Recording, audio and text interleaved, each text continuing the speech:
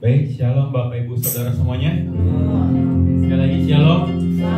Oke, puji Tuhan kita telah kembali ya tempat ini sama-sama kita beribadah. Sekali lagi bagaimana kabarnya? Luar biasa. Apa kabarnya semuanya? Bisa diatasi. Semuanya bisa diatasi. Amin. Amin. Oke, sebelum ini mungkin kita jangan nanti aja. Kita akan mulai dulu ibadah. Kita satu dalam doa. Baik, kita mulai. Terima kasih Bapa, terima kasih Tuhan Yesus, terima kasih Roh Kudus atas setiap kebaikan Kau Tuhan dalam kehidupan kami. Kau senantiasa selalu bersama-sama kami Tuhan, mendorong kami, mendidik kami, selalu menarik kami Tuhan kembali kepada Engkau Tuhan. Dan hari ini kami mengucap syukur Bapa, kami memiliki Allah seperti Engkau dalam kehidupan kami Tuhan. Kami menjadi kepemilikan Engkau Tuhan. Kami mengucap syukur Tuhan atas semua kasih anugerah-Mu, atas kasih karunia yang Kau berikan kepada kami Tuhan. Dan hari ini Bapa, kami mau bawa hati kami, pikiran kami Tuhan kembali datang Tuhan dan mengucapkan syukur Bapa. Dengan hati yang bersyukur Bapa, mengucap syukur Tuhan pada Engkau Raja segala Raja Tuhan. Kami mau angkat pujian kami Tuhan, kami mau angkat hati kami Tuhan, kami mau serahkan Tuhan. Biarlah hari ini Bapa kami bisa pakai waktu kami Tuhan, fokus kepada Engkau Tuhan. Kami berdoa Bapa, biarlah setiap segala kuasa-kuasa iblis Tuhan yang ingin mengganggu ibadah kami hari ini Tuhan, dimusnahkan oleh kuasa-Mu Tuhan dalam nama Tuhan Yesus ya Bapa. Biarlah hari ini Bapa kami bisa fokus, biarlah hari ini Bapa kami bisa bawa hati kami, pikiran kami Tuhan kembali lain dengan Kau Tuhan. Terima kasih Bapa. Boleh sama-sama kita mengucap syukur. Terima kasih Bapa, terima kasih Tuhan. Haleluya, haleluya. Terima kasih Bapa. Oh, terima kasih Bapa atas setiap kebaikan-Mu, atas setiap anugerah-Mu yang tak pernah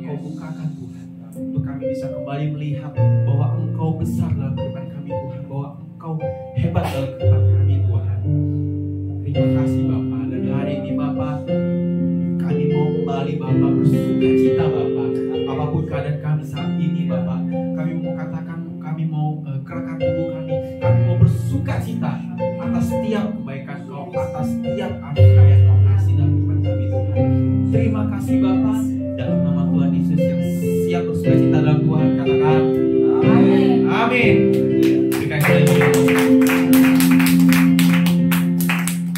gambar kanan nanti siap bersuka cita dalam Tuhan. Amin. Amin. Katakan kanan kirinya bersuka citalah.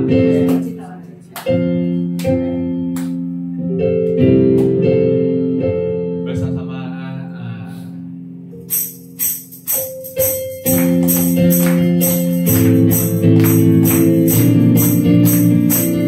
Sama-sama katakan bahwa hari ini adalah harinya Tuhan.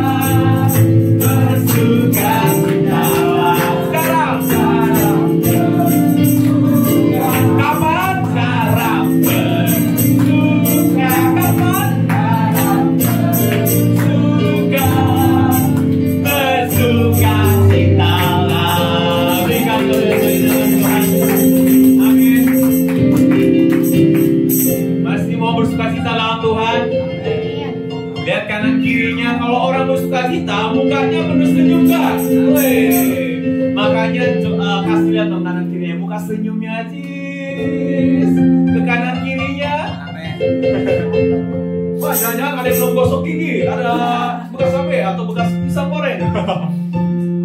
Oke, kita mulai.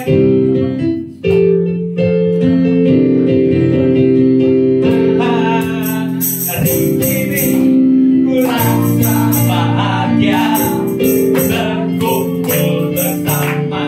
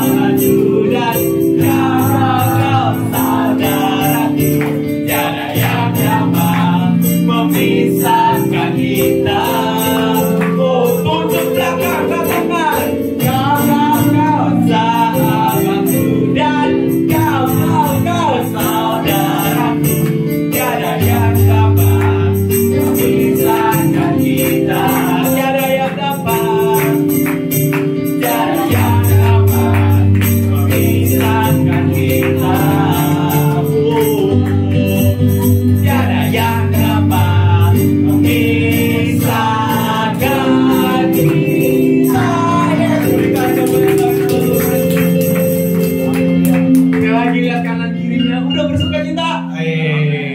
Amin. Saya persilakan kembali ke tempat duduk.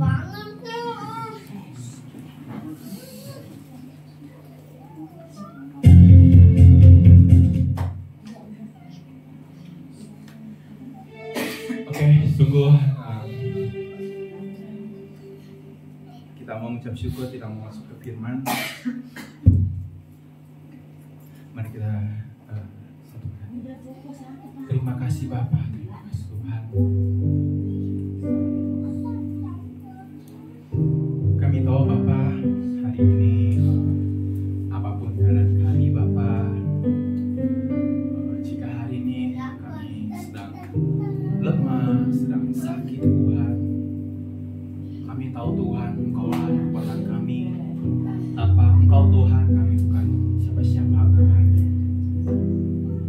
Makanya Tuhan setiap harinya kami mau selalu memiliki sifat yang menunjukkan Engkau. Kami ingin rindu Tuhan memiliki selalu Bapa rasa akan haus, rasa akan lapar akan Engkau Tuhan, akan firman-Mu, akan kehidupan Engkau Bapa. Jika hari ini Bapa kami datang kepada Engkau dengan hati yang kering Tuhan, hati yang kosong Bapa, Engkau kembali memenuhi kami Tuhan dengan kehidupan-Mu Tuhan. Engkau kembali memberikan air kehidupan-Mu Tuhan, untuk kami bisa kembali mengalami kesegaran bersama-Mu Tuhan. Maka itu Bapa kami datang hari ini Bapa, dengan hati kami, pikiran kami mau datang menyembah Engkau Tuhan. Kami mau sembah Engkau Raja kami Tuhan, Raja segala Raja, Allah segala Allah Tuhan.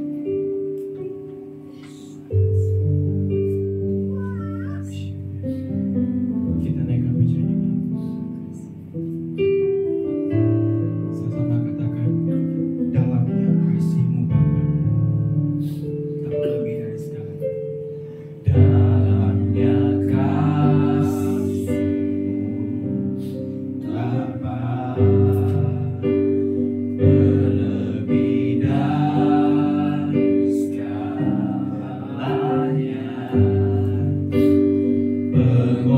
Pengorbanan yang termulia selamatkanku, istriku Tuhan, dengan darah-Mu Tuhan, dengan darah yang tercurah.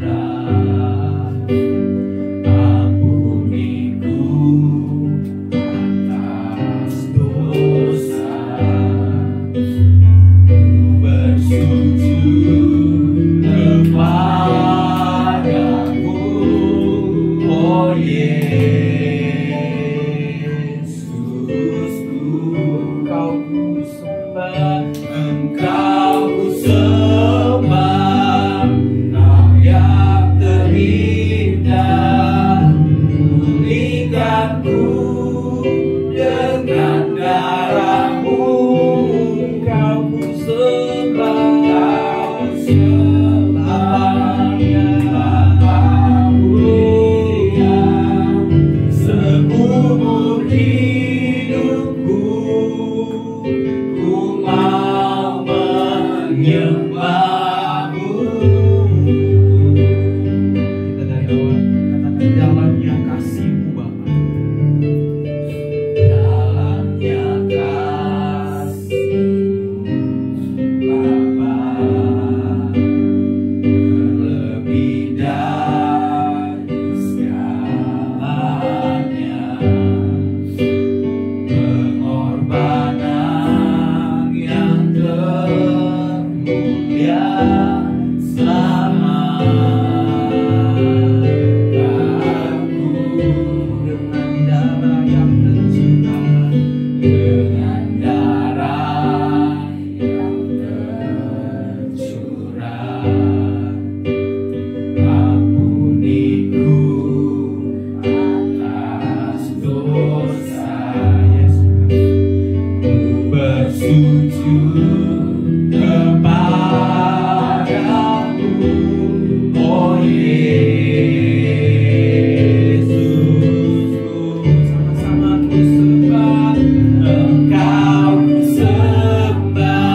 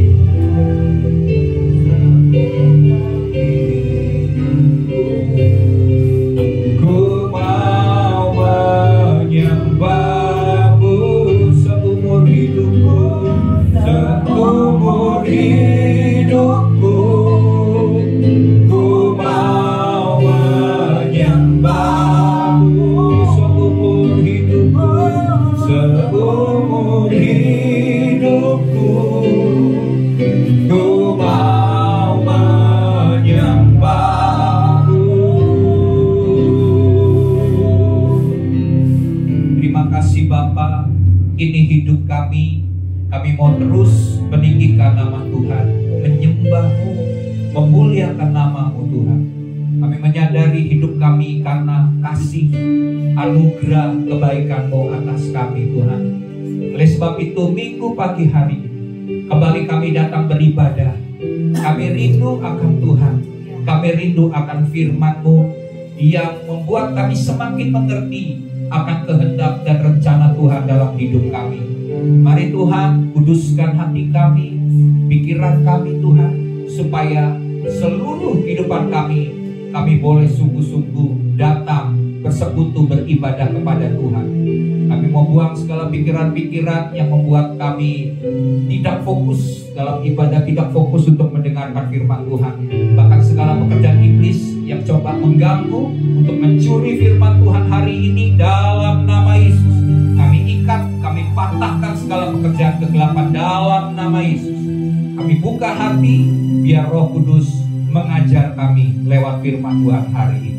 Dalam nama Yesus, semua kita yang siap mendengarkan firman bersama katakan amin. Amin. Haleluya. Puji Tuhan. Silakan duduk Bapak Ibu yang terkasih. Puji Tuhan. Tadi WL sudah menyapa ya bahwa kita semua dapat mengatasi, melewati keadaan apapun karena Tuhan menyertai kita. Oke, hari ini kita akan belajar firman Tuhan di minggu yang kedua di bulan April. Ya, bulan-bulan ini adalah bulan-bulan sebelum kita akan minggu depan ya, kita akan masuk dalam Jumat Agung dan juga ibadah Paskah, di mana kita memperingati akan kematian dan kebangkitan Yesus dari kematian. Ya. Oke, hari ini kita akan belajar firman Tuhan dengan tema meneladani keteguhan Kristus. Mari bersama-sama kita ucapkan tema ini. 1, 2, 3. Meneladani keteguhan Kristus. Oke, kita akan baca ayat firman Tuhan seperti biasa. Kita akan bergantian di dalam Matius pasal yang ke-16. Matius pasal yang ke-16 ayat 21 sampai dengan ayat yang ke-28. Matius 16 ayat 21 sampai dengan ayat yang ke-28. Saya baca ayat 21, Bapak Ibu baca ayat 22. Kita bergantian sampai dengan ayat yang ke-28. Nanti 28 kita membaca bersama-sama, ya. Oke, tema perikopnya adalah pemberitahuan pertama tentang penderitaan Yesus dan syarat-syarat mengikuti Dia. Ayat 21. Sejak waktu itu Yesus mulai menyatakan kepada murid-muridnya bahwa Ia harus pergi ke Yerusalem dan menanggung banyak penderitaan dari pihak tua-tua, imam-imam kepala dan ahli-ahli Taurat, lalu dibunuh dan dibangkitkan pada hari ketiga. Ayat 22. Tetapi Petrus mengenali Yesus samping dan dia katanya, Tuhan, kiranya Allah menjauhkan hal itu, hal itu sekali-kali takkan menimpa engkau. Ayat 23. Maka Yesus berpaling dan berkata kepada Petrus, "Enyahlah iblis, engkau suatu batu sandungan bagiku, sebab engkau bukan memikirkan apa yang dipikirkan Allah, melainkan apa yang dipikirkan manusia." Ayat 24.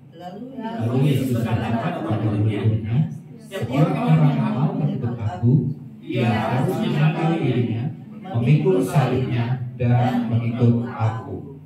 Ayat 25. Karena barang siapa mau menyelamatkan nyawanya, ia akan kehilangan nyawanya. Tetapi barang siapa kehilangan nyawanya karena aku, ia akan memperolehnya. Ayat 26.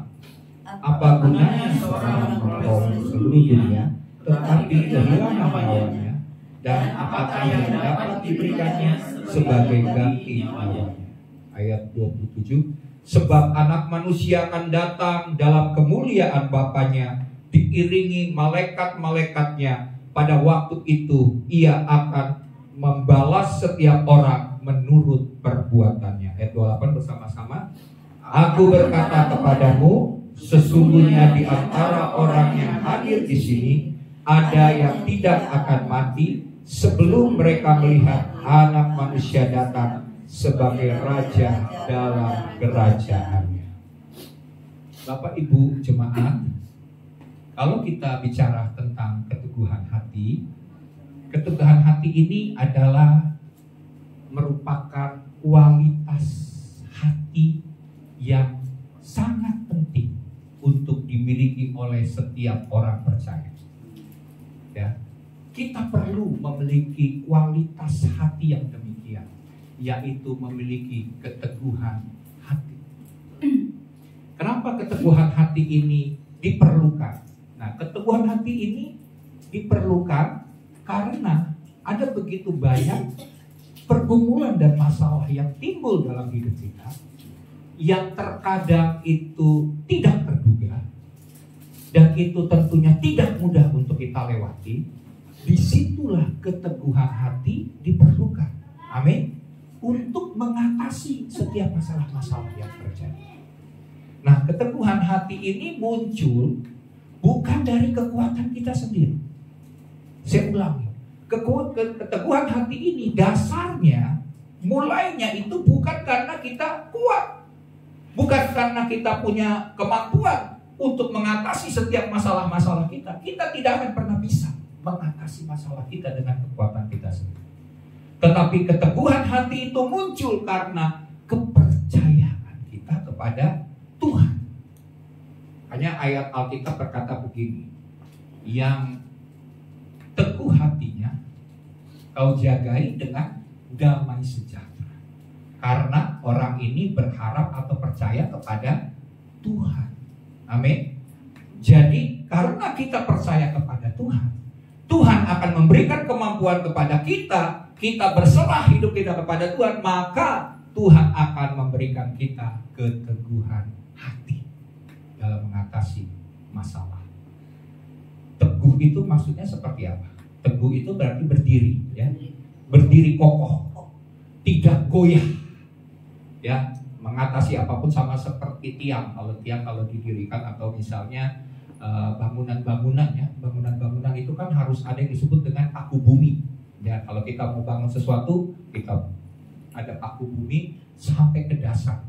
Semakin kita mau bangun sesuatu yang tinggi, kita harus membangun atau membuat itu bangunan atau paku bumi itu yang panjang, yang dalam, ya, dipakukan ke bumi ini, sehingga jadi tahan terhadap gempa, tahan terhadap bencana-bencana. Peristiwa di bencana di Myanmar, di Thailand kemarin kan, kenapa banyak rumah-rumah atau hotel, ya, bahkan rubuh karena kenapa? Karena mereka tidak memiliki struktur bangunan yang kokoh, yang kuat, bakal hancur. Apalagi kemarin gempanya itu gempa dangkal. Gempa dangkal itu berarti terjadi di permukaan tanah yang dekat, sekitar 5 skala Richter kalau nggak salah, ya. Jadi goyangannya terasa sekali. 5 atau 7 saya lupa. Goyangan sekali karena dangkal gempanya. Kalau gempanya misalnya jauh dari permukaan bumi, maka itu dampaknya nggak sebesar dari yang dangkal. Gempa dangkal itu cukup membahayakan, apalagi kalau skala Richternya besar, ya, magnitudonya besar. Nah, jadi di sini kita lihat bahwa kita butuh keteguhan hati. Nah, kita lihat slide-nya. Nah, next yang kita baca tadi mencatat tentang pemberitahuan Yesus soal penderitaan yang akan dialaminya. Ya, Yesus sampaikan kepada murid-muridnya bahwa dia akan mengalami penderitaan, di mana dia akan dibunuh dan dia akan bangkit pada hari yang ketiga dalam ayat yang kita baca tadi. Jadi di sini Yesus menjelaskan tentang penderitaan yang akan dialami. Dan hal itu dikatakan setelah ada pengakuan murid-murid bahwa ia adalah Mesias. Dalam ayat yang kalau kita baca di dalam ayat pasal yang ke-16 ayat yang ke sebelumnya, itu dikatakan bahwa Petrus mengucapkan dengan dipimpin oleh Roh Kudus bahwa Yesus itu adalah Mesias. Ya, kita tahu Mesias itu bagi bangsa Israel adalah seorang yang ditunggu-tunggu, yaitu seorang raja yang akan membebaskan bangsa Israel dari penindasan oleh bangsa yang memerintah pada waktu itu bangsa Romawi, gitu ya. Jadi di sini mereka mengharapkan Mesias, dan setelah mereka tahu bahwa Yesus adalah Mesias, raja yang akan membebaskan bangsa Israel dari penindasan, apa yang dikatakan oleh Yesus? Ternyata perkataan Yesus itu di luar dari nalar, di luar dari apa yang mereka harapkan, yang mereka inginkan. Karena Yesus setelah murid-murid itu mengetahui atau mengakui bahwa Yesus adalah Mesias, bukan sibuk dengan kekuasaan, tetapi sang Mesias itu justru mengajarkan tentang risiko yang harus dihadapi dalam kepemimpinan dan pelayanan. Lihat. Jadi tentunya waktu murid-murid mendengar apa yang disampaikan oleh Yesus, bahwa setelah mereka tahu Yesus ini adalah sang Mesias, dia menceritakan hal yang berbeda. Mestinya sebagai Mesias, sebagai raja, murid-muridnya berharap, wah, kalau dia raja, sekaya murid minimal punya kuasa gitu ya, diberikan jabatan, diberikan posisi, karena mereka ini murid-muridnya dari sang Mesias ini. Tapi Yesus menjelaskan hal yang berbeda, yang tidak diharapkan oleh murid-muridnya, yaitu tentang penderitaan yang akan dihadapi oleh murid-muridnya karena dia sang Mesias. Nah, jemaat Tuhan, inilah yang harusnya kita pahami. Makanya pengajaran Kristen berbeda dengan pengajaran yang disebut teologi kemakmuran. Kalau teologi kemakmuran itu mengatakan bahwa di dalam Kristus kita pasti diberkati. Kalau kita tidak diberkati, berarti kita tidak hidup di dalam Kristus. Karena Kristus adalah Raja di atas segala raja. Dia adalah Mesias, Dia adalah Tuhan.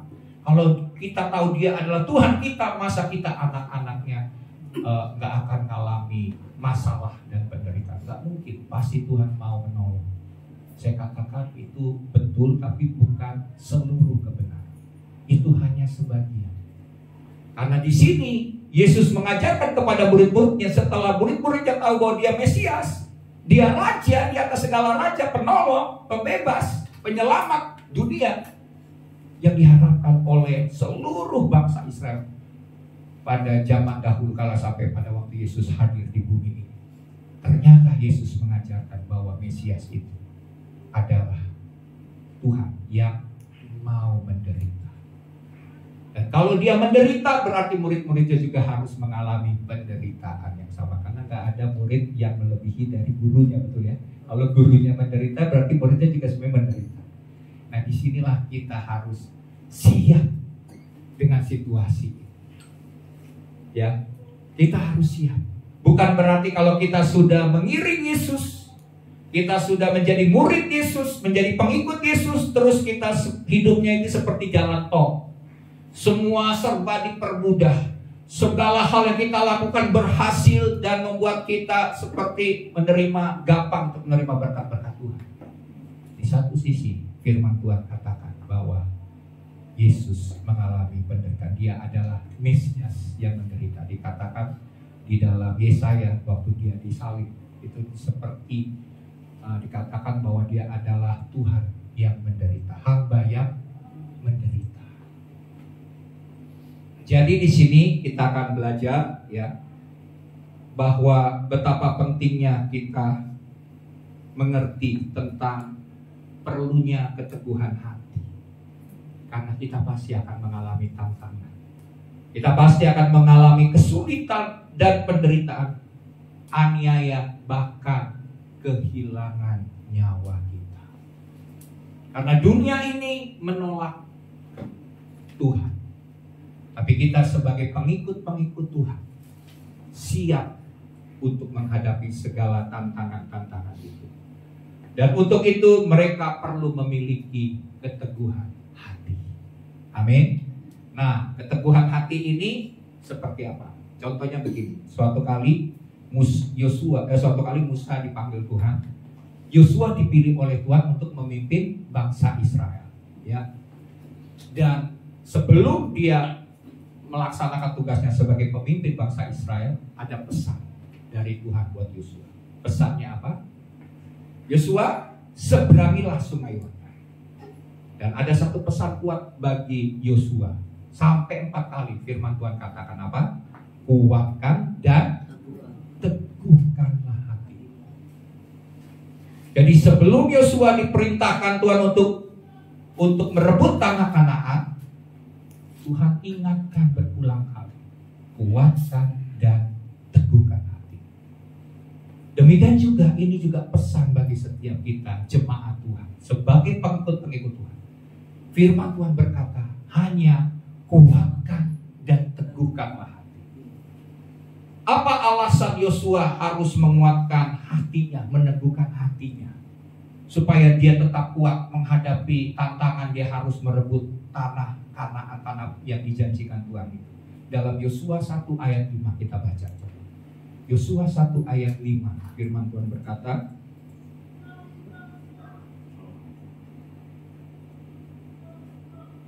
ya, seorang pun tidak akan dapat bertahan menghadapi engkau seumur hidup. Seperti aku menyertai Musa, demikianlah aku akan menyertai engkau.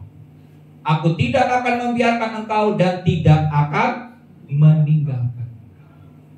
Jadi waktu Tuhan mengatakan kepada Yosua, Yosua, teguhkan, kuatkan hatimu. Karena apa? Karena sebagaimana aku menyertai Musa, demikian juga aku menyertai Yosua, menyertai kamu. Demikian juga firman ini berlaku bagi setiap kita. Sebagaimana Tuhan menyertai Musa, menyertai Yosua, menyertai hamba-hamba Tuhan yang tercatat dalam Alkitab, dalam firman Tuhan, demikian juga aku menyertai kamu. Kita semua disertai oleh Tuhan. Dan firman Tuhan berkata, aku sekali-kali tidak akan membiarkan engkau. Dan aku sekali-kali tidak akan meninggalkan engkau. Lihat, kalau Tuhan menyertai, dia setia menyertai. Dia tidak mengatakan, oh ya janji saya menyertai, tapi besok tahu-tahu Tuhan mungkin sibuk. Tuhan bilang, aduh ada urusan nih dengan anak Tuhan yang lain. Si anak Tuhan ini butuh pertolongan daripadaku, jadi kamu sebentar aja ya, saya tinggalin sebentar. Saya mau tolong ini anak Tuhan yang lain, karena ada begitu banyak anak-anak Tuhan dengan permohonan yang bermacam-macam minta tolong kepada saya. Maka saya untuk hari ini off dulu ya, nolong kamu. Kira-kira Tuhan begitu nggak kepada kita? Begitu nggak kira-kira? Bisa dijawab? Enggak kan? Amin. Jadi Tuhan menyertai setiap kita. Karena dia Tuhan yang Maha Kuasa, Tuhan yang kekal, Tuhan yang berada dimanapun kita ada. Di mana kita ada, di situ Tuhan menyertai. Spesial, masing-masing. Karena dia Maha hadir dimanapun kita ada. Nah, jadi di sini Tuhan menyertai. Yang penting dari kita adalah teguhkan hati. Percayalah Tuhan menyertai. Percayalah kepada Tuhan yang menepati janji-janjinya atas kita. Oke. Nah, kita akan belajar teladan ketetapan hati yang seperti Kristus, ya, yang Yesus mau ajarkan kepada murid-murid dan tentunya kepada kita hari ini. Yang kita bisa lihat itu tampak dalam ajaran Yesus, dalam sikap Yesus dan tindakan-tindakan Yesus. Kita akan lihat apa yang kita bisa belajar untuk kita teladani dari ketetapan atau keteguhan hati Kristus. Yang pertama adalah teguh menghadapi penderitaan. Di dalam ayat 21 yang kita baca tadi, saya akan ulangi di dalam Matius 16:21. Sejak waktu itu, waktu murid-muridnya tahu bahwa Yesus adalah Mesias, Yesus mulai menyatakan kepada murid-muridnya bahwa ia harus pergi ke Yerusalem dan menanggung banyak penderitaan dari pihak tua-tua, imam-imam kepala dan ahli-ahli Taurat, lalu dibunuh dan dibangkitkan pada hari yang ketiga. Kita lihat slide-nya. Nah, jadi penderitaan adalah hal yang jika mungkin dihindari oleh semua orang. Betul? Kalau bicara soal penderitaan, waduh Pak, jangan deh. Ini saya kayaknya udah sulit dengar firman. Pas khotbah lagi bicara soal penderitaan, aduh saya udah gak tahan lagi Pak. Ya. Tapi kita tidak bisa memungkiri bahwa penderitaan itu adalah hal yang tidak dapat dihindari. Amin. Apa yang harus kita lakukan? Yesus berkata, Yesus mengajar bahwa penderitaan adalah bagian dari hidup kita. Tidak ada orang di dunia ini yang tidak pernah mengalami penderitaan. Karena penderitaan adalah bagian hidup yang harus kita hadapi. Terus slide-nya, itu semua harus kita hadapi penderitaan. Bahkan sebagaimana Ayub, Yesus tidak melarikan diri dari penderitaan. Ayub mengalami penderitaan kan? Penderitaan yang dialami Ayub sangat besar. Mungkin kita tidak akan pernah mengalami penderitaan seperti Ayub. Tapi sebagaimana Ayub mengalami penderitaan, demikian juga kita pasti akan mengalami banyak penderitaan. Tapi sebagaimana Ayub dan Yesus pun, dia tidak melarikan diri dari penderitaan. Dengan teguh hati, Yesus mengajarkan kepada kita untuk melawan penderitaan dengan keberanian. Amin. Jadi waktu penderitaan itu datang, jangan takut. Seperti Tuhan berkata kepada Yosua, Yosua, jangan takut, jangan gemetar, jangan tawar hati, jangan pahit hati. Demikian juga Yesus mengajarkan kepada kita untuk menghadapi penderitaan itu dengan keberanian. Keberanian yang seperti apa? Keberanian waktu kita menghadapi tantangan. Ada orang yang disebut misalnya begini. Dulu ada permainan namanya Fear Factor. Itu nonton di TV, pernah ya nontonnya. Ya waktu itu saya juga sering nonton. Fear Factor itu adalah orang-orang yang takut. Terus dia harus mengalami challenge atau tantangan di mana yang merupakan ketakutan itu dalam permainan itu diberikan atau harus dihadapi oleh orang yang mengikuti Fear Factor itu. Coba bayangkan orang yang takut ketinggian terus ditantang untuk naik di atas ketinggian. Ya kan? Ini butuh apa? Wah, butuh apa kira-kira untuk menghadapi tantangan demikian? Kembali takut, menyerah, atau perlu yang disebut dengan keberanian. Berani dulu. Atasi masalah ketakutan dengan keberanian. Jadi waktu kita menghadapi penderitaan yang berat, ingat, kita perlu keberanian mengatasinya. Bukan lari dari kenyataan atau lari dari penderitaan yang demikian. Jadi hidup ini memang tidak selalu mudah. Ya, tadi saya pernah katakan, terkadang itu hidup kita itu datang, kita hadapi tantangan itu dengan hal-hal yang tidak terduga. Tapi kita harus siap ya, menghadapi segala penderitaan-penderitaan. Baik itu tantangan dalam hidup kita. Tapi Tuhan juga mau bukan hanya kita siap menghadapi penderitaan atau tantangan yang harus kita hadapi, tetapi kita juga harus siap untuk meninggalkan kenyamanan jika hal itu membuat kita jauh dari rencana. Kita harus siap menderita. Ya, kalau misalnya menderita memang harus kita alami, kita harus siap menghadapi.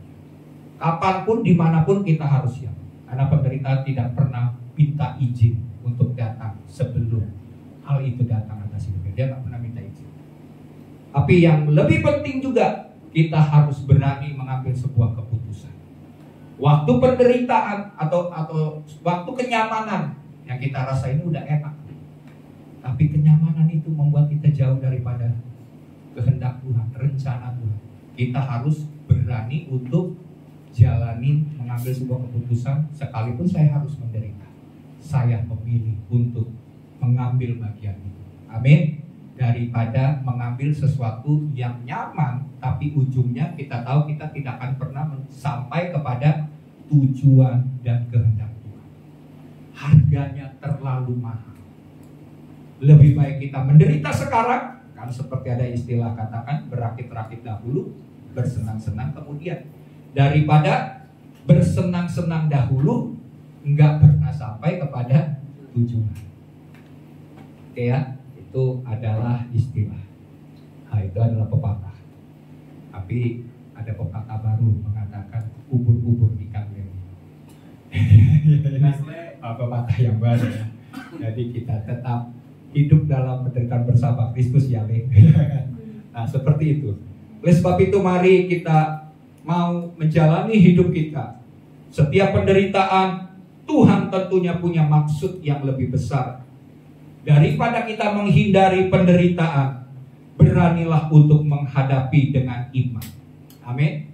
Kita hadapi penderitaan itu bukan dengan kekuatan kita, tapi dengan iman percaya.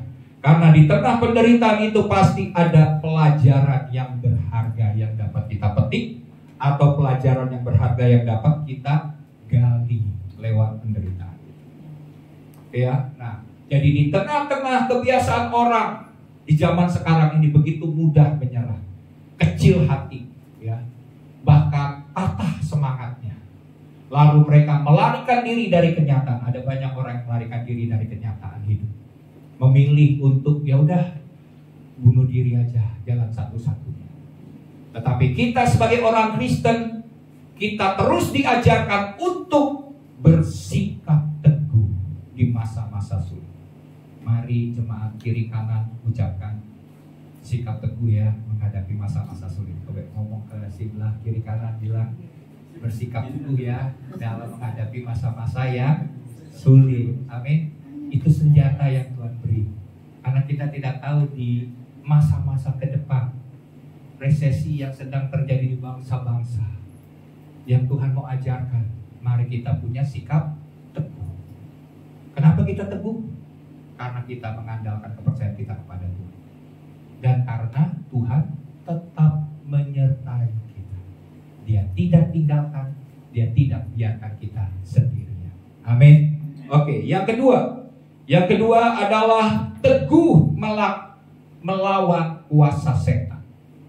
Kalau yang tadi teguh menghadapi penderitaan, yang Yesus ajarkan juga yang perlu kita teladani kepada setiap kita. Kita harus teguh melawan iblis, melawan kuasa setan. Ayat 23 yang saya akan baca, firman Tuhan berkata begini.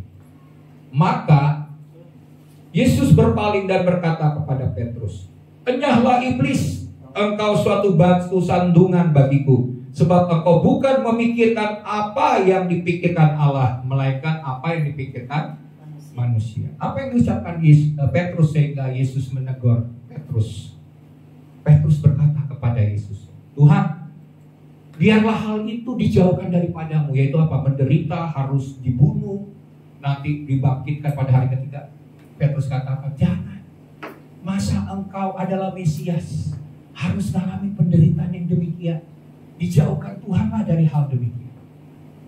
Tapi kita lihat di sini, Yesus juga mengajarkan bahwa setan adalah pihak yang selalu berusaha untuk menggagalkan rencana Tuhan dengan segala upaya. Yang iblis lakukan bagi setiap kita adalah dia berusaha supaya kita tidak pernah menggenapi kehendak dan rencana Tuhan atas hidup kita. Dia akan berusaha menjauhkan kita dari rencana Tuhan dengan segala daya upaya. Dia akan melakukan itu. Kita harus berjaga-jaga. Amin. Kita harus berhati-hati. Kita harus punya hikmat daripada Tuhan. Nah, kita baca slide berikut. Dalam ayat yang kita baca ini, bahkan ketika kelihatannya tawaran setan itu baik, ya, dia pakai Petrus, mulut daripada Petrus menyampaikan kepada Yesus bahwa dijauhkanlah, kiranya dijauhkan daripadamu untuk mengalami penderitaan yang demikian. Kelihatannya baik, padahal itu berasal dari tawaran setan, supaya Yesus tidak mengalami penderitaan. Tetapi apa yang dilakukan oleh Yesus? Yesus melawan pendapat atau perkataan iblis itu dengan tegas. Yesus menolak setiap tawaran-tawaran yang daripada setan. Karena dia tahu bahwa yang baik itu belum tentu berkenan di hadapan Tuhan. Ya, kita harus tahu yang benar dan yang berkenan, bukan sekedar tahu yang baik. Karena ada begitu banyak tipu muslihat iblis untuk membuat kita jauh daripada Tuhan dengan melakukan hal-hal yang baik menurut manusia. Nah, Yesus tahu bahwa di balik niat baik Petrus itu, sebenarnya mungkin Petrus gak ada punya pikiran untuk mengatakan hal yang demikian. Tetapi ada perkataan, suara daripada iblis dalam hatinya yang langsung dia ucapkan kepada Yesus. Itu adalah godaan untuk menjauh dari rencana Tuhan. Di sini kita belajar, jemaat ya. Kalau kita dengar bisikan-bisikan iblis, padahal kita tahu bisikan itu adalah hal yang tidak sesuai dengan kehendak Tuhan, kita jangan dengar bisikan iblis itu. Amin. Kita harus berani bersikap. Saya nggak mau mengambil sebuah keputusan yang salah, yang berisiko sehingga saya tidak menggenapi rencana Tuhan.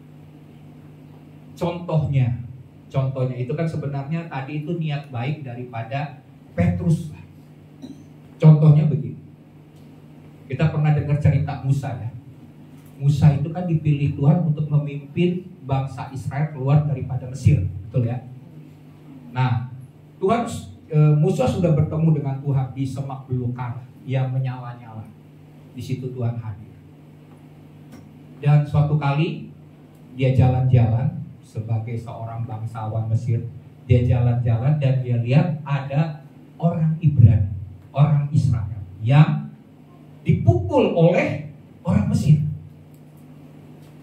Nah, sebagai orang keturunan dari Israel, darahnya naik, marah. Dia lihat, wah ini sembarangan nih.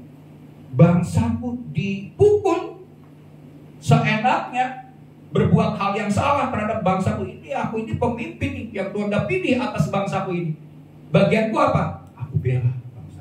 Apa yang dilakukan oleh Musa? Dia pukul orang Mesir yang memukul bangsanya itu, orang Ibrani.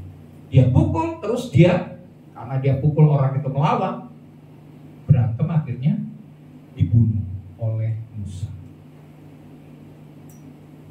Dan setelah dibunuh, orang Ibrani yang dia pikir akan bantu dia, akan nolong dia atau akan bela dia, ternyata dia bilang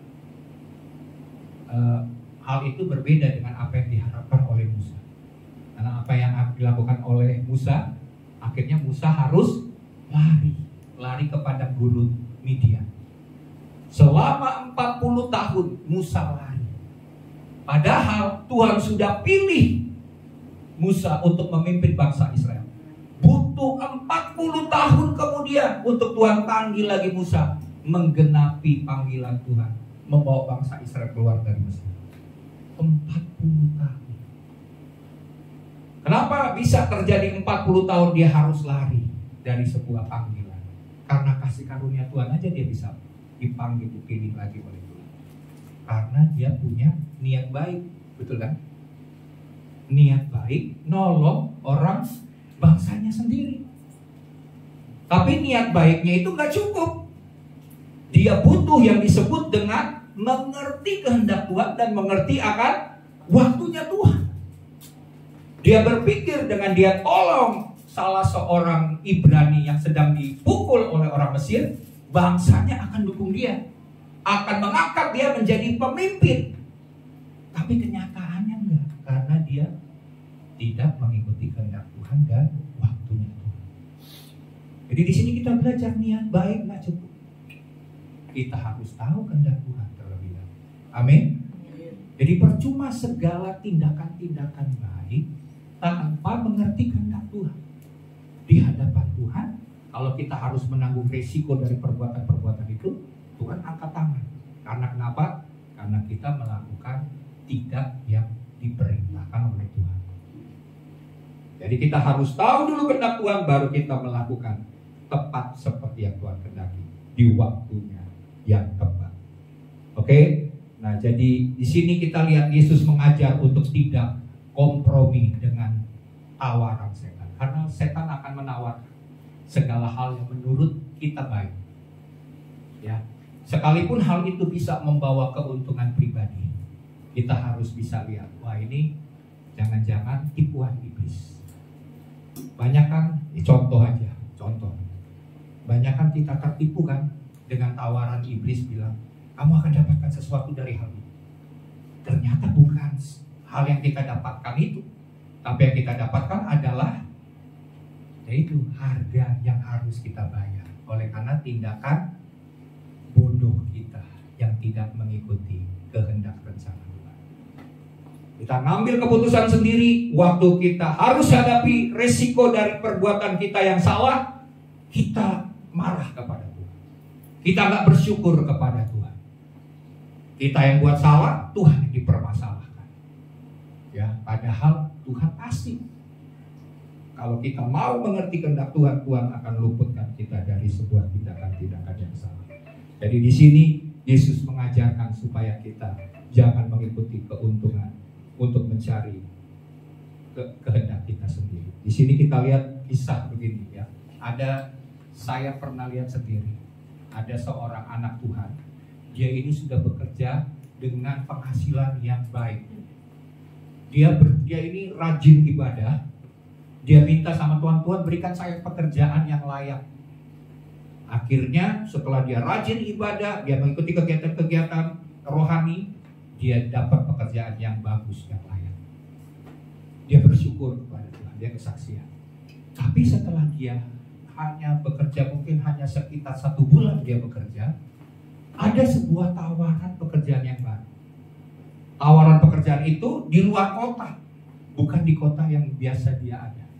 Jadi dia akhirnya izin kepada hamba Tuhan, pendeta yang melayani di gerejanya di mana dia ada di situ. Dia minta izin, dia harus pindah kota untuk bekerja di pekerjaan yang lebih dengan gaji yang menjanjikan lebih daripada yang sekarang. Akhirnya dia bukan minta supaya didoakan, minta tanya bagaimana rencana Tuhan, tapi dia langsung sudah bilang, saya sudah ngambil keputusan Pak. Jadi Bapak tinggal doain supaya saya berhasil di sana. Akhirnya dia pergi bekerja di tempat yang baru. Apa yang terjadi? 3 bulan dia bekerja di tempat yang baru di luar kota.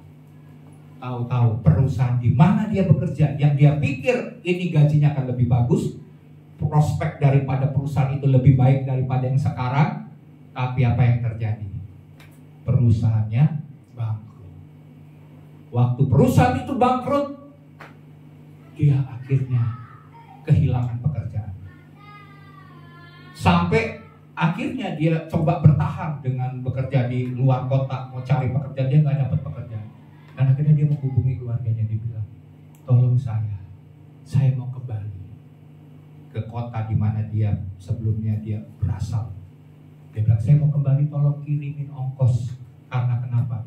Karena saya nggak bisa lagi dapatkan pekerjaan di kota yang baru saya tinggali.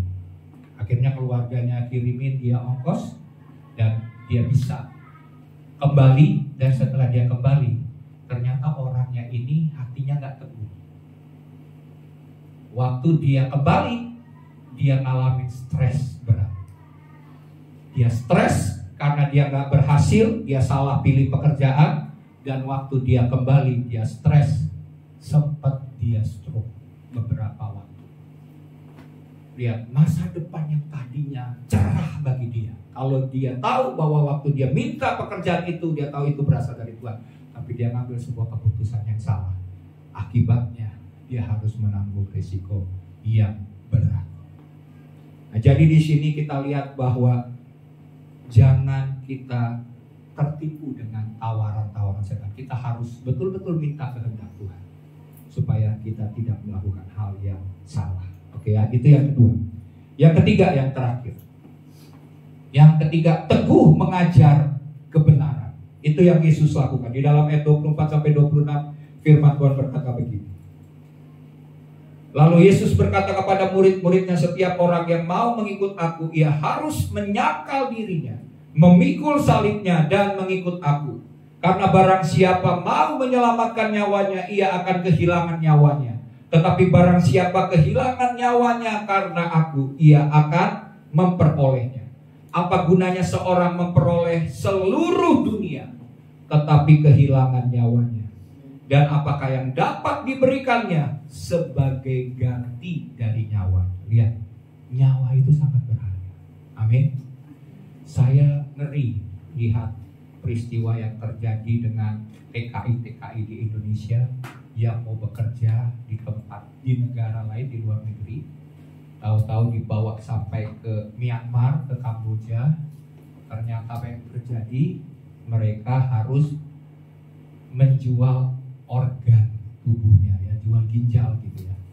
Mereka nggak tahu tadinya, mereka berpikir ada yang mau dapat pekerjaan yang lebih bagus, ditawarin pekerjaan lebih bagus dengan gaji yang besar. Ternyata mereka harus menjual organ tubuhnya. Menjual organ tubuhnya, ginjalnya itu bukan, ya kalau di rumah sakit itu jelas ya, kalau kita mau jual organ itu kan ada biayanya gitu ya, dan dibius dulu gitu ya, untuk supaya organ kita bisa diberikan kepada orang yang sakit gitu. Tapi ini diambil organnya, tidak dibius gitu ya, makanya banyak yang meninggal. Sekarang kita lihat berita ya, bagaimana akhirnya polisi sudah menangkap orang-orang yang melakukan hal demikian. Jadi di sini kita lihat bahwa sedih kalau kita karena kesulitan, karena permasalahan nggak teguh iman kita mengambil keputusan yang salah. Kelihatannya baik, tapi ternyata itu adalah tipu muslihat daripada iblis. Jadi di sini yang kita belajar bahwa kalau kita kehilangan nyawanya, apalah arti semuanya. Amin.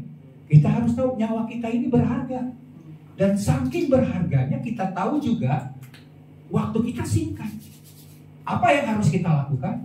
Kita jangan mengejar hal-hal yang sementara, yang duniawi.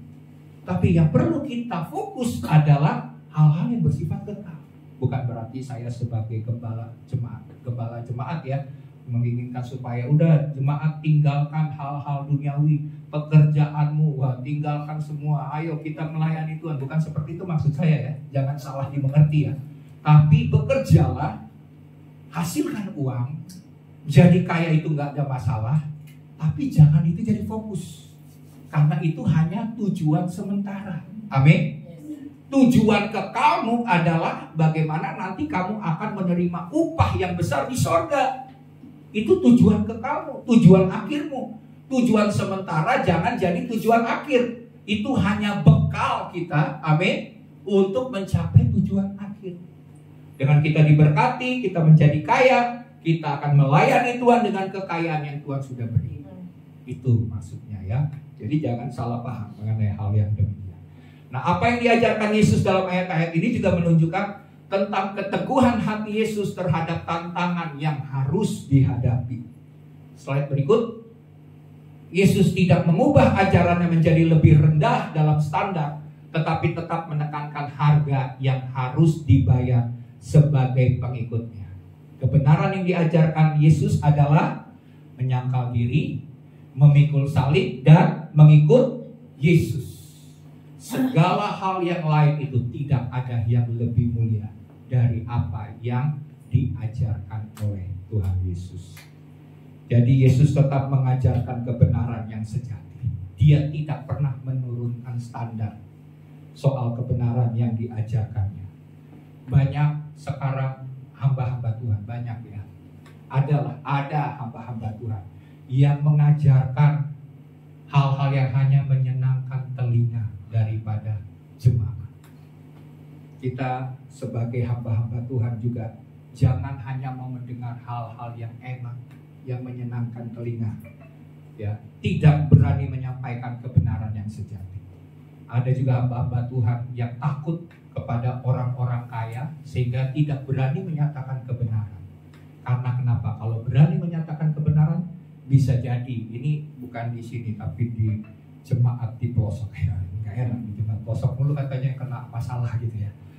Nah, jadi menentang nggak berani menyampaikan kebenaran, takut nanti pendapatan berkurang. Kita sebagai hamba-hamba Tuhan, anak-anak Tuhan, jangan mau untuk tidak berani menurunkan standar kebenaran. Hanya dalam pelayanan di GB Alpha Omega oleh anugerah Tuhan saya bersyukur. Saya sangat memperhatikan soal pelayanan, kualitas dari sebuah pelayanan. Saya nggak bisa sembarangan, misalnya ada tawaran pendeta, Pak, ini ada pendeta bagus nih. Oke, saya lihat dulu hidupnya. Kalau pendeta itu belum mencerminkan hidupnya seperti kebenaran yang Tuhan ajarkan, hanya sekedar mencari panggung, mencari apapun motivasi yang tidak benar, saya belum izinkan. Tapi kalau saya tahu, oh ini orang baik, oh ini orang benar, oh ini orang yang benar-benar mau melayani Tuhan dengan sungguh-sungguh, saya pasti terima. Ya, makanya saya lebih baik berkhotbah setiap minggu, mengajarkan firman Tuhan kepada jemaat. Saya tahu apa yang saya berikan ini ada sebuah kebenaran, daripada saya hanya mengundang, ya saya tidak menganggap yang lain itu salah ya, mengundang sekedar artis terkenal untuk khotbah di gereja dengan tujuan supaya banyak jemaat yang hadir. Saya tidak punya prinsip yang demikian.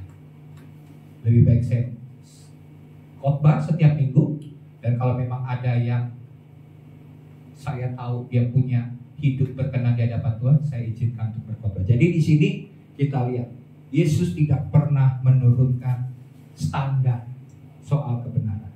Hidup Kristen yang sejati itu melibatkan pengorbanan, pengambilan keputusan yang sulit terkadang, ya, merelakan atau menolak ambisi-ambisi pribadi dan kenikmatan dunia yang lain untuk mau tetap hidup bersama dengan Tuhan dan hidup sesuai dengan kehendak Tuhan. Itulah kehidupan Kristen yang sejati. Saya berharap jemaat Tuhan juga punya tujuan yang demikian.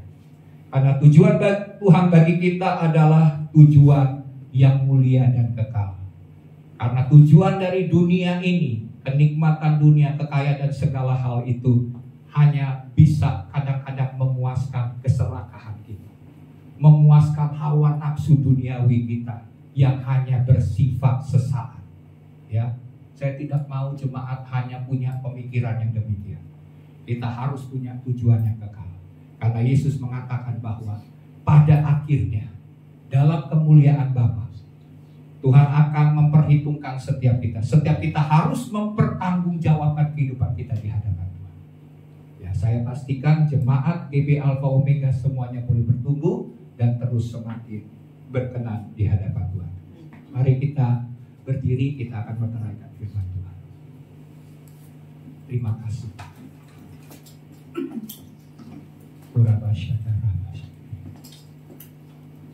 Terima kasih Tuhan. Saya percaya Tuhan hadir.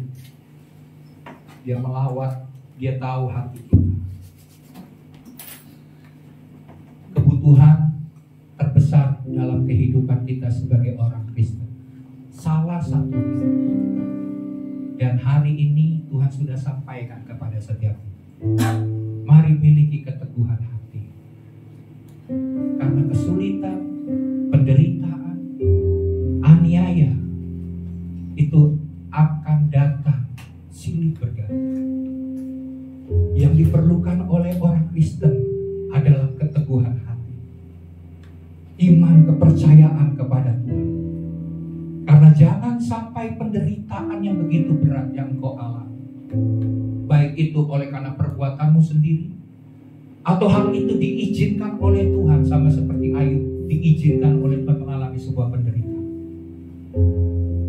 membuat kita lari daripada Tuhan, membuat kita lari daripada masalah, kita lari dari kenyataan hidup kita, kita mengambil keputusan-keputusan yang salah. Hari ini kita sudah dengar Tuhan mau memberikan keteguhan hati seperti Kristus. Dan waktu kita meneladani keteladanan seperti Kristus, keteguhan hatinya, ketetapan hatinya, untuk tetap mengajarkan, menjalani hidup dalam kebenaran, untuk melawan segala kuasa setan, segala tipu daya, tipu muslihat setan, dan tetap kuat menghadapi begitu banyak penderitaan dan aniaya. Demikian juga kita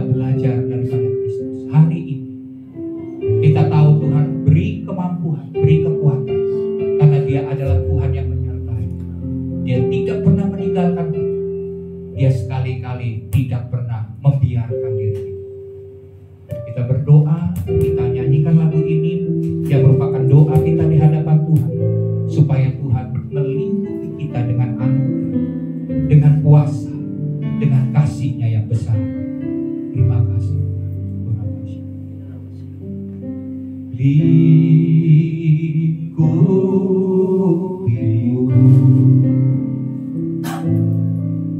dengan sayapmu,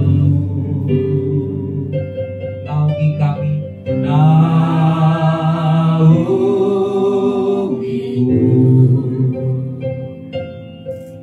dengan kuasa-Mu. Sekali lagi katakan, lingkupiku Tuhan.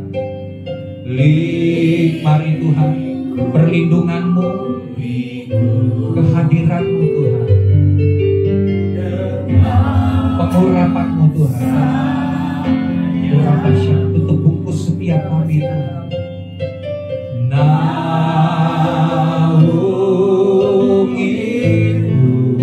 dengan kuasa-Mu, dengan kuasa-Mu. Di saat badai bergelora, akan terbang bersama-Mu,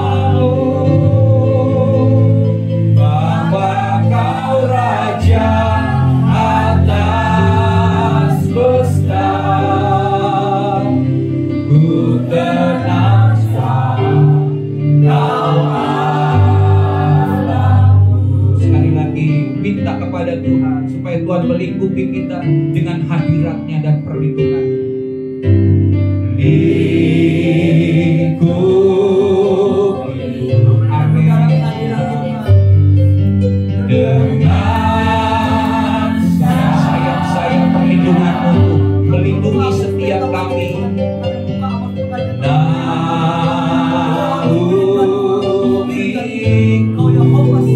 Dengan kuasa-Mu, dengan kuasa-Mu, katakan lingkupi kami Tuhan, lingkupi, amin, dengan mari kita percaya, kita imani, biar perlindungan Tuhan menaungi setiap kita, menutup bungkus setiap kita. Dengan kuasa-Mu, di saat badai, di saat badai bergelora, Ku akan terbang bersama-Mu, bahwa Kau Raja atas semesta. Ku tenang Kau aku. Di saat badai bergelora, di saat kami tidak takut, kami tidak gentar Tuhan. Engkau mengangkat setiap kami, akan terbang bersama-Mu, Bapa Kau Raja atas semesta. Ku tenang sekali lagi katakan dengan iman, di saat badai bergelora, sekalipun begitu besar tantangan yang kami alami, kami akan terbang tinggi seperti burung rajawan. Haleluya. Bapa Kau Raja atas semesta. Ku tenang Kau Allah. Bapa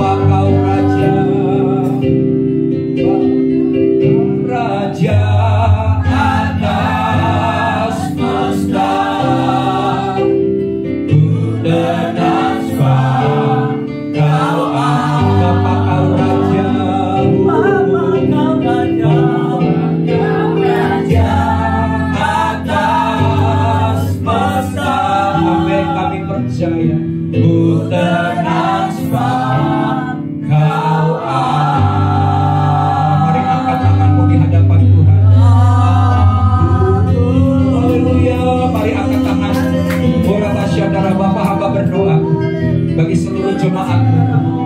Kami mengikat sebuah perjanjian baru bersama dengan Tuhan. Pada saat kami mengangkat tangan di hadapan Tuhan, kami menyerahkan setiap masalah dan pergumulan kami. Maka kami percaya Tuhan turun tangan, Tuhan menolong, Tuhan memberkati kami. Mereka yang sakit Tuhan sembuhkan dalam nama Yesus. Mereka yang terikat dan berbeban berat Tuhan bebaskan, lepaskan dalam nama Yesus. Mereka yang sedang mengalami pergumulan yang berat, Tuhan angkat setiap beban-beban kami. Bawa kami terbang tinggi bagai Raja Wali Tuhan. Menang atas setiap pergumulan kami. Karena Tuhan setia menyertai. Tuhan berjanji untuk menggenapi janji-janji-Mu atas hidup kami. Terima kasih Bapa. Kami percaya firman-Mu ya dan amin. Digenapi, terjadi atas hidup kami. Dalam nama Yesus, semua kita yang percaya bersama katakan amin.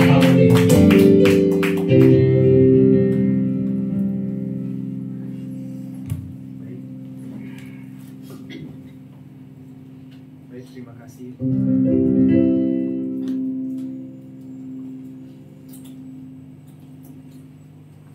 Terima kasih Bapak atas firman-Nya. Serta mari kita mau masuk ke persembahan. Mari kita siapkan persembahan dan kita berdoa.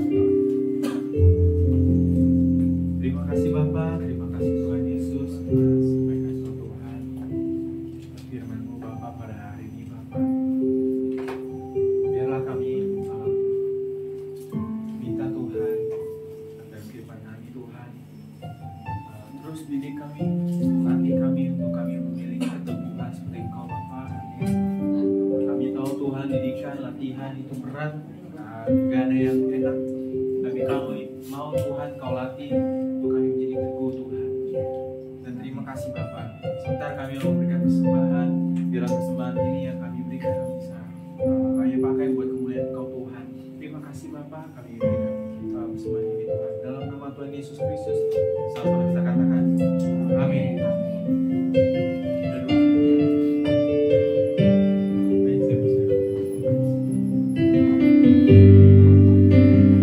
Holy, holy, holy.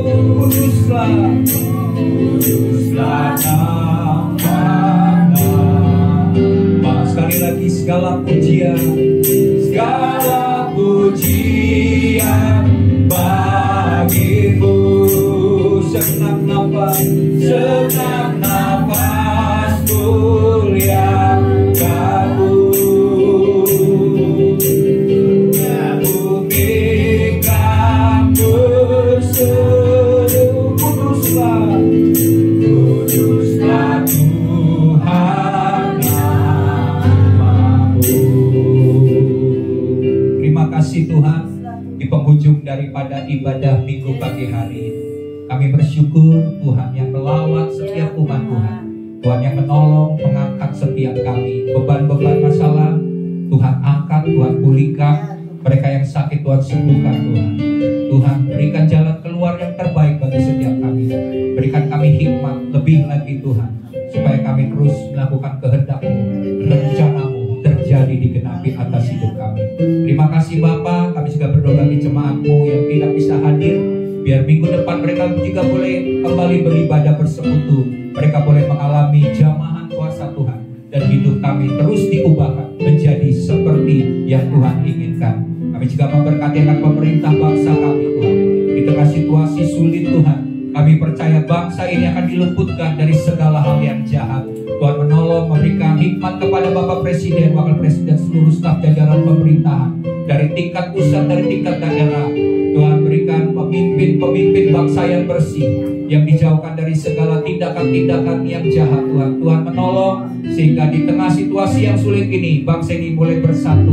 Bangsa ini boleh membuat keputusan-keputusan yang akan membuat Indonesia dapat melewati segala masalah ini dengan baik Tuhan. Terima kasih Bapa. Tuhan berikan roh takut akan Tuhan bagi setiap pemimpin bangsa kami. Kami percaya negeri ini akan dipenuhi dengan kemuliaan daripada Tuhan. Shalom Tuhan turun atas Indonesia. Perlindungan Tuhan yang sempurna atas Indonesia membungkus negeri ini, dijauhkan dari malapetaka bencana alam Tuhan. Biarlah jika hal itu Tuhan izinkan terjadi, biarlah Tuhan yang meminimalisir akan jumlah korban Tuhan. Dan kami percaya bangsa ini aman dalam perlindungan Tuhan yang sempurna. Terima kasih Bapa. Kami akan mengakhiri ibadah minggu pagi hari ini. Kami akan menutup dan kami akan terima berkat yang daripada Tuhan, memampukan kami menjalani hari-hari dengan kemenangan dan janji-janji Tuhan yang luar biasa. Mari angkat tangan, arahkan hatimu kepada Tuhan dan terimalah.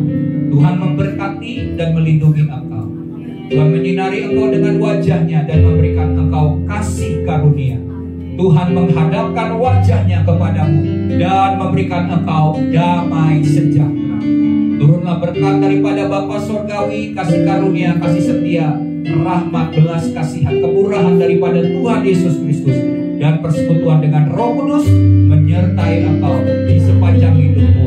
Dan engkau akan hidup di dalam kebenaran, hidup dalam ketaatan, kekudusan, kesetiaan kepada Tuhan, sampai Yesus Kristus datang kedua kali menjemput kita.